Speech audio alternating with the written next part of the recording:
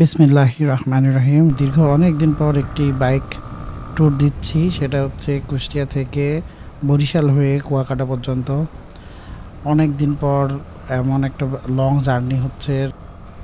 তো ইনশাল্লাহ কুষ্টিয়া থেকে কুয়াকাটা এই বাইক জার্নিতে আমরা কি এক্সপিরিয়েন্স করলাম এবং কুয়াকাটাতে গিয়ে আমাদের এই অভিজ্ঞতা কেমন ছিল তা সম্পূর্ণ এই ভিডিওর মাধ্যমে উপস্থাপন করার চেষ্টা করব ইনশাআল্লাহ। তো আমরা সর্বপ্রথম জার্নি শুরুর পূর্বে কুষ্টিয়া স্টোরস থেকে আমাদের ফুয়েলিংটা কমপ্লিট করি। 3টা বাইকে আমরা 3টাই ফুয়েল এখান থেকে একদম লোড করে নিয়ে যাই, কারণ কুষ্টিয়ার মধ্যে সবথেকে বেস্ট ফুয়েল কুষ্টিয়া স্টোরস থেকেই পাওয়া যায়। তো এই জন্য আমরা এখান থেকেই সম্পূর্ণ ফুয়েল লোড করে নিই।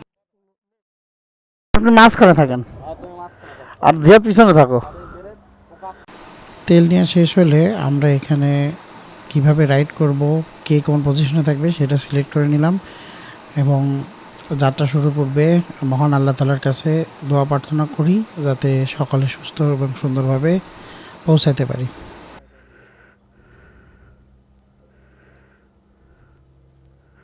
আমিন। এই অনেক একটা কড়া একটা ছবি তোলো।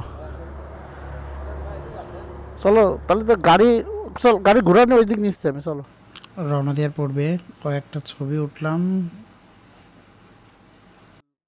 এরপর আল্লাহর নাম নিয়ে যাত্রা শুরু করি। আল্লাহু আকবার। মহান আল্লাহ তাআলার নাম নিয়ে যাত্রা শুরু করলাম।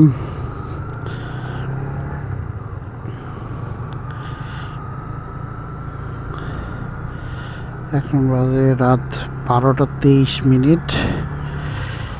ইনশাল্লাহ কোনো প্যারা নাই, রিল্যাক্সে আস্তে আস্তে যাব।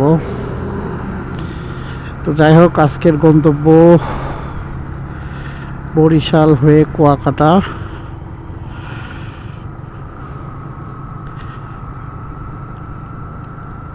থান্ডার টিম প্রথম রাইড স্মুথলি শেষ করবো ইনশাল্লাহ। অনেক কষ্টে আর কি সময় বের করা হয়েছে সবার, আসলে সময় হয়ে ওঠে না, সবাই ব্যস্ত।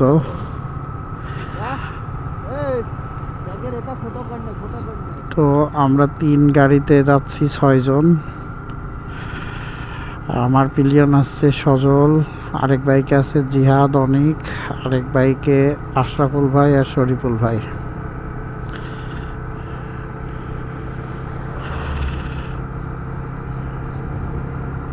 তো ইনশাল্লাহ রওনা হলাম, যাইতে যাইতে কথা হবে।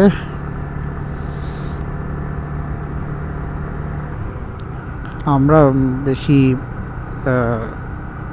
হার্ড ড্রাইভ করব না, অর্থাৎ বেশি স্পিড আপ করব না, রিল্যাক্সে যাব আর ব্রেক নিতে নিতে যাব। যেহেতু অনেক দিন পর নাইট রাইড করতেছি, রাত জাগা আসলে আর সম্ভবই হয়ে ওঠে না, তারপরেও চেষ্টা করবো ইনশাল্লাহ।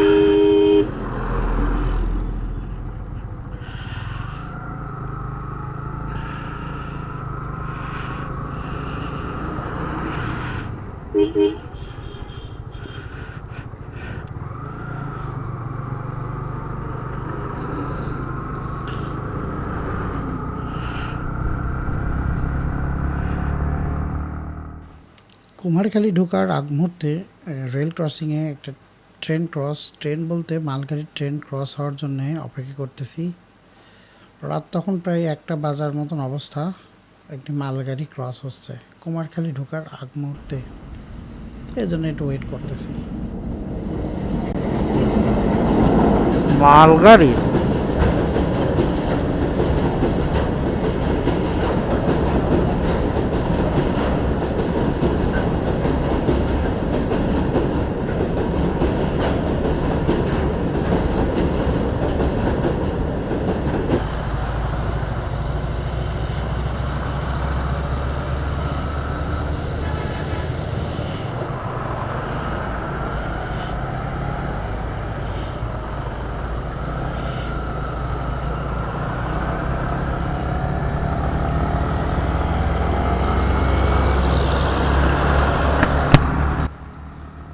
কুমারখালী ঢোকার পর থেকেই আমার আসলে ঘুমে চোখ একদম বন্ধ হয়ে আসতেছিল, মানে কোনোভাবে আমি রাইড করতে পারছিলাম না।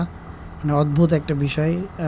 অনেক দিন পরে রাইড করার জন্য এরকম হচ্ছে না কি কিছুই বুঝছিলাম না, একটা কি বলবো অদ্ভুত একটা বিষয়ের মধ্যে পড়ছিলাম। তো যাই হোক, আমার পিলিয়ন ছিল সজল, তো বাকি রাইড ওই করছে, আমি পিলিয়ন হিসেবেই ছিলাম।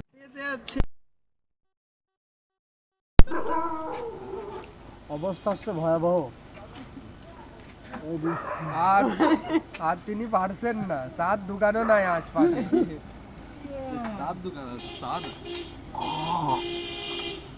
ঠিক খুকসা ঢোকার আগ মুহূর্তে আমি রাইড করা অফ করে দিই, একটা দোকানে দাঁড়াই, ওখানে চাও নাই তো একটা পান খাই আর সজলের কাছে রাইড হ্যান্ড ওভার করি।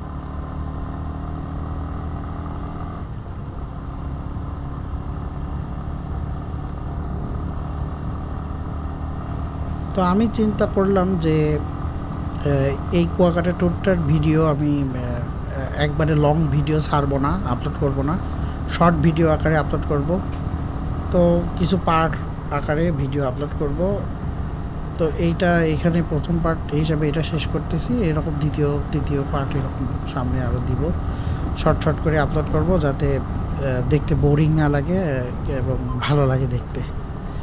তো এখানে প্রথম পার্ট ক্লোজ করতেছি, আল্লাহ হাফেজ। দ্বিতীয় পার্ট খুব শিগগিরই ইনশাল্লাহ দিব, অ্যাজ সুন অ্যাজ পসিবল। আর এরপর থেকে সম্পূর্ণ কুয়াকাটা পর্যন্ত আমি আর রাইড করিনি, পুরো রাইডটাই সজল একা করছে এবং ওর জন্য অনেক কষ্ট হয়ে গেছিলো। তো যাই হোক, পরবর্তী পার্টে আরও আলোচনা হবে এতে কী অবস্থা। তবে ট্যুরটা অনেক ভালো ছিল আলহামদুলিল্লাহ। তো প্রথম পার্ট শেষ করতেছি, আল্লাহ হাফেজ, সি ইউ সুন।